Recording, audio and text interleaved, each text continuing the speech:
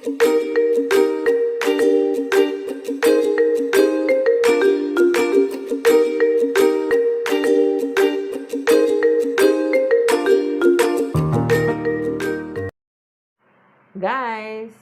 kamusta na kayo? Gagawa tayo ngayon ng chili garlic oil. So, ito yung mga ingredients na gagamitin natin. Siyempre, gagamit tayo ng siling labuyo. So, ayan. And then, garlic. 3 heads na garlic yan, guys. And then, gagamit din tayo ng bay leaves, star anise. Sa ating flavoring, gamit din tayo ng sugar. And then, gamit din tayo ng oyster sauce. And then, gamit tayo ng atsuete. Gagawa kasi tayo ng atsuete oil. And then, gamit din tayo ng vinegar. And of course, gagamit tayo ng cooking oil. Pwedeng canola oil.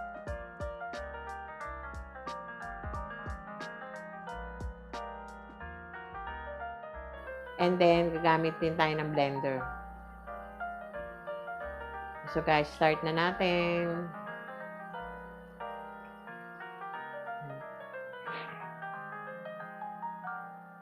So start na tayo. Biblend muna natin sa ating blender ang ating siling labuyo.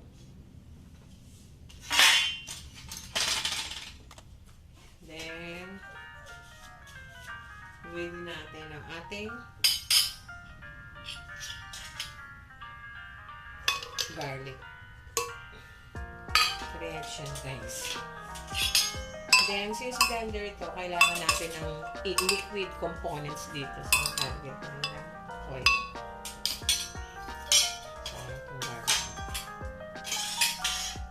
So, lagay tayo ng oil. Kailangan nyo ng liquid para siya para umikot.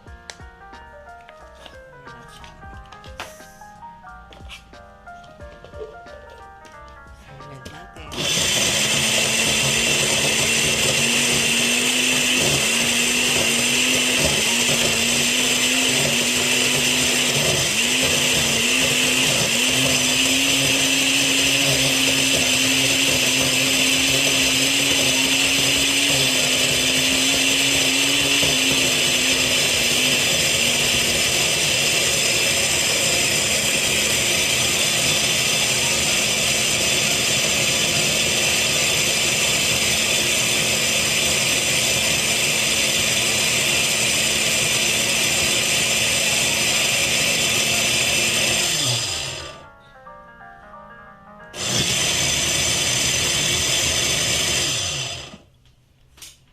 So, check natin muna siya, guys. So, check natin siya, guys. Okay na. Wow. Okay, guys, ha. Diba? Ang ganda ng pagkaka-blender niya. Meron tayo chili garlic. Pero, parang gusto ko siyang i-blend.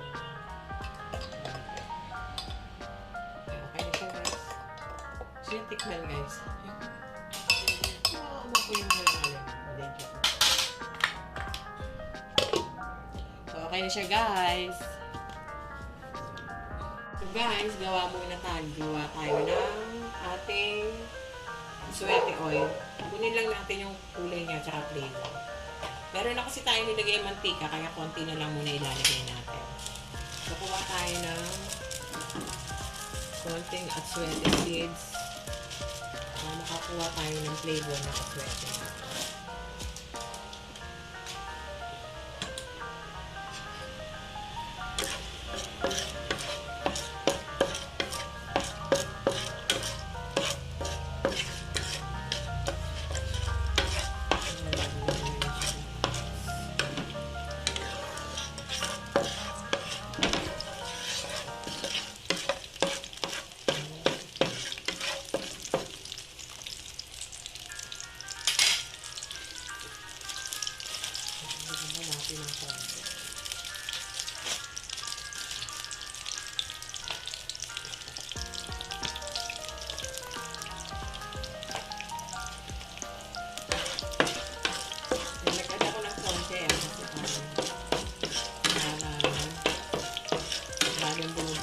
flavor at kulay niya.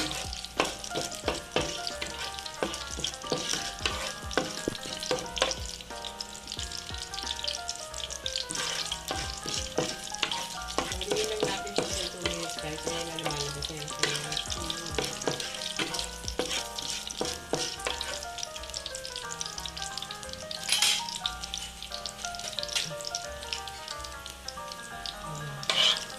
So yun guys, meron na tayo aswete, flavor, and toyo.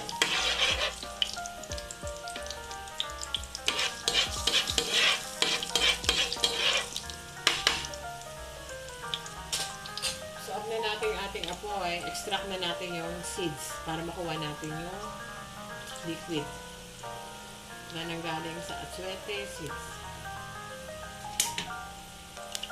So, gamit tayo ng strainer.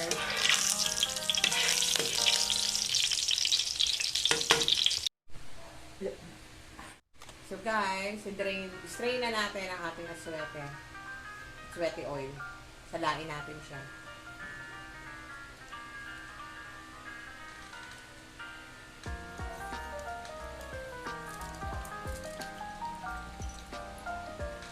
So ayan na guys, nakakuha na tayo ng aswete oil. Okay na siya. Okay, start na natin ang ating pagluluto ng chili garlic oil. So ito yung na-drain ko na aswete oil. Ayan guys. May naligaw na isang buto.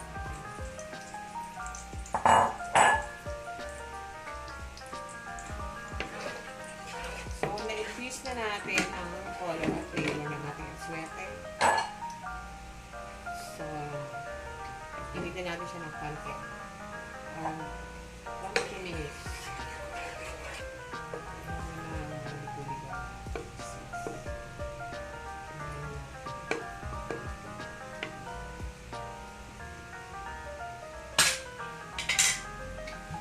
So, lagay na natin ang ating blender na garlic and chili.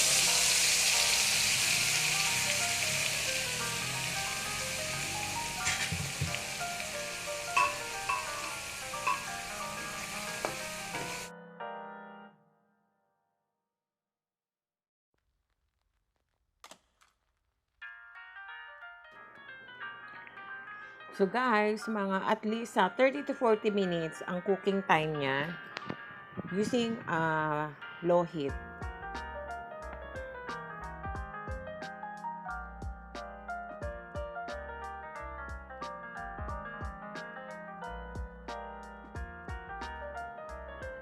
So guys, habang hinahalo nyo ang ating chili garlic oil, be careful ha, kasi nakakaubo ang capsaicin na nagmumula sa chili habang nakasalang sa apoy. So, as much as possible, gumamit kayo ng mask kasi nakakaubo talaga siya. Besides, masakit din sa mata.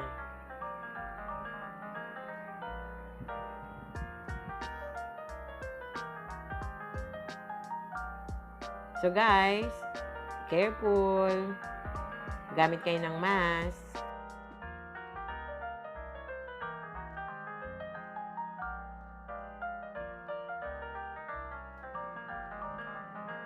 So, keep on mixing. Halo lang tayo ng halo habang nakasalang sa low heat. Gumamit lang tayo ng low heat para hindi masunog ang ating garlic. So, dahan-dahan lang guys ang apoy.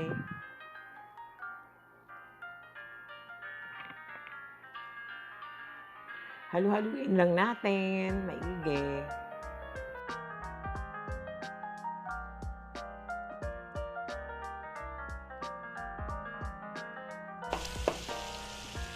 So, pwede na natin siya lagyan ng vinegar.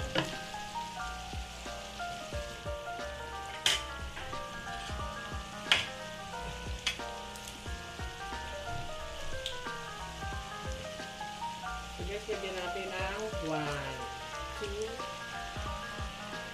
3 tablespoonful of vinegar. Ay, bakit pala nilagay na rin? Sabi ng lola.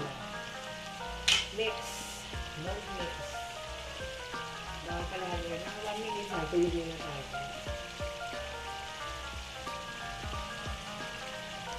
So, huwag muna natin haluin. Dahan-dahan lang ang apoy. Ayan, medyo nawala yung cupcakes niya. Hindi na masyadong masakit. So, pwede na natin ilagay ang ating bay leaves and star anise.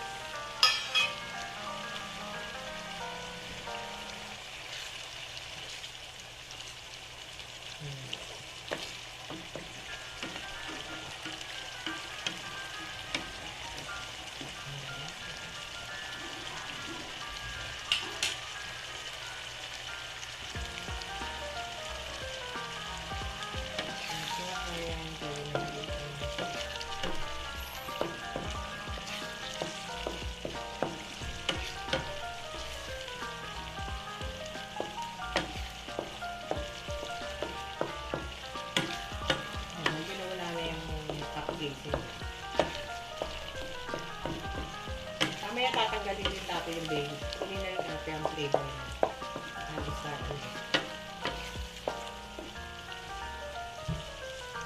So guys, lagay na natin ang ating 3 tablespoonful of sugar.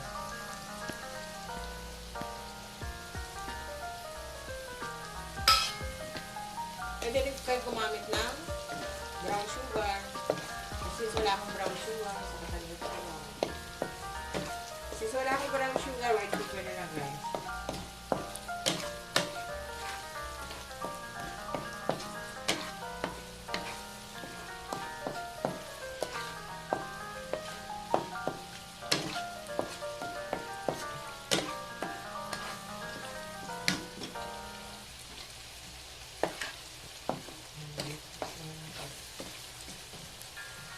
Then, bigyan natin ang 3 tablespoonful of oyster sauce. Ayan guys ha, yan ha. Niribit ko na lahat ng secret. Wala na tayong secret. Yan ang secret na masarap na chili garlic oil. Oyster sauce. Ayan natin. Maigit. Ayan, malapit na ito.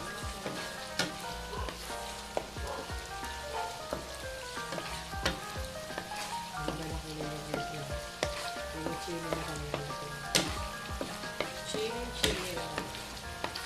Oh, nagda-dark na yung kulay niya, di ba? Meron din naman yung garlic natin, no? Hindi siya nasusunog kasi naman garlic. Mamaya tatanggalin na natin yung star anise. Tsaka lang kayo sa paghahalo na.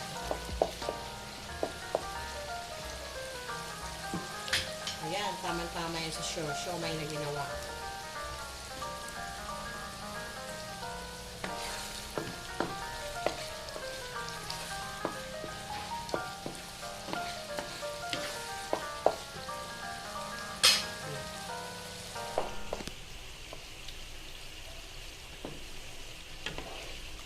Ayan, unti-unti lang natin siya.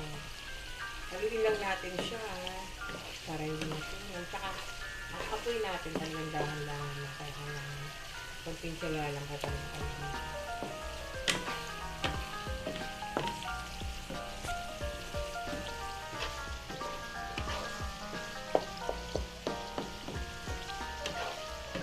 Tandaan nyo, huwag yung lalakasan ng apoy kasi baka masunog yung garlic natin, papait siya. So, mahina lang talaga. So, pakita ko sa inyo yung apoy na ginagamit ko. So, yun guys, ganyan lang talaga kahina. Kaya kailangan matyagaan. Ay, sa alam nyo na. Alam nyo na, nauwi nyo na.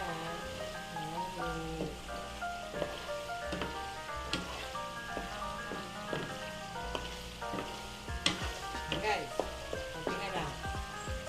Start lang natin kung mga 2 minutes. Our garlic. Sweet chili garlic.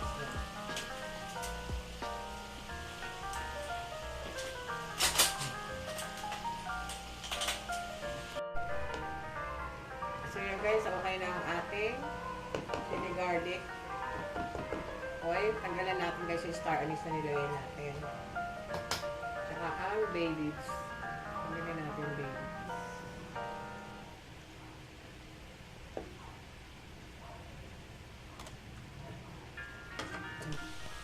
Isang bay leaves, ang galing natin.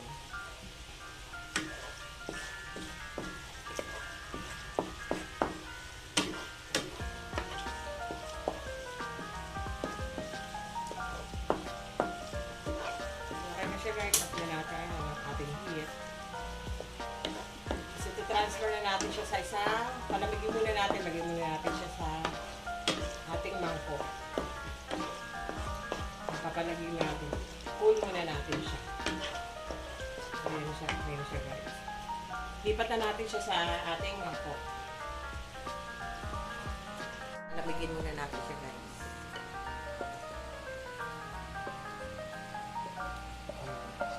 Cool muna natin siya bago natin ilagay sa ating karapunan.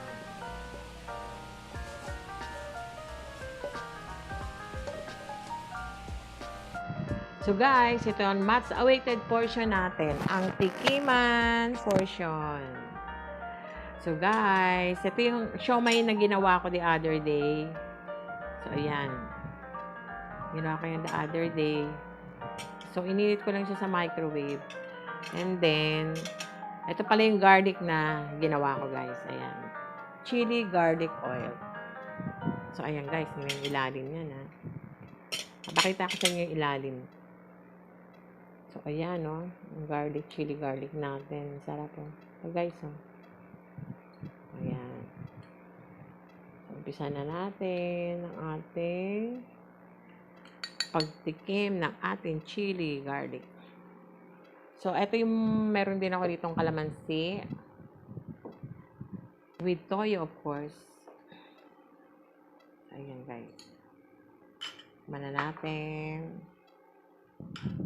Tikman na natin ang ating chili garlic.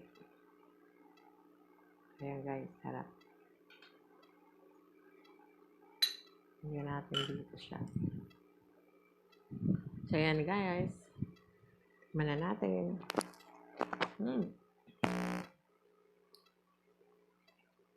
Masarap.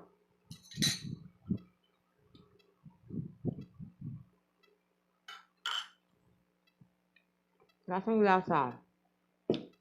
Ang ating garlic.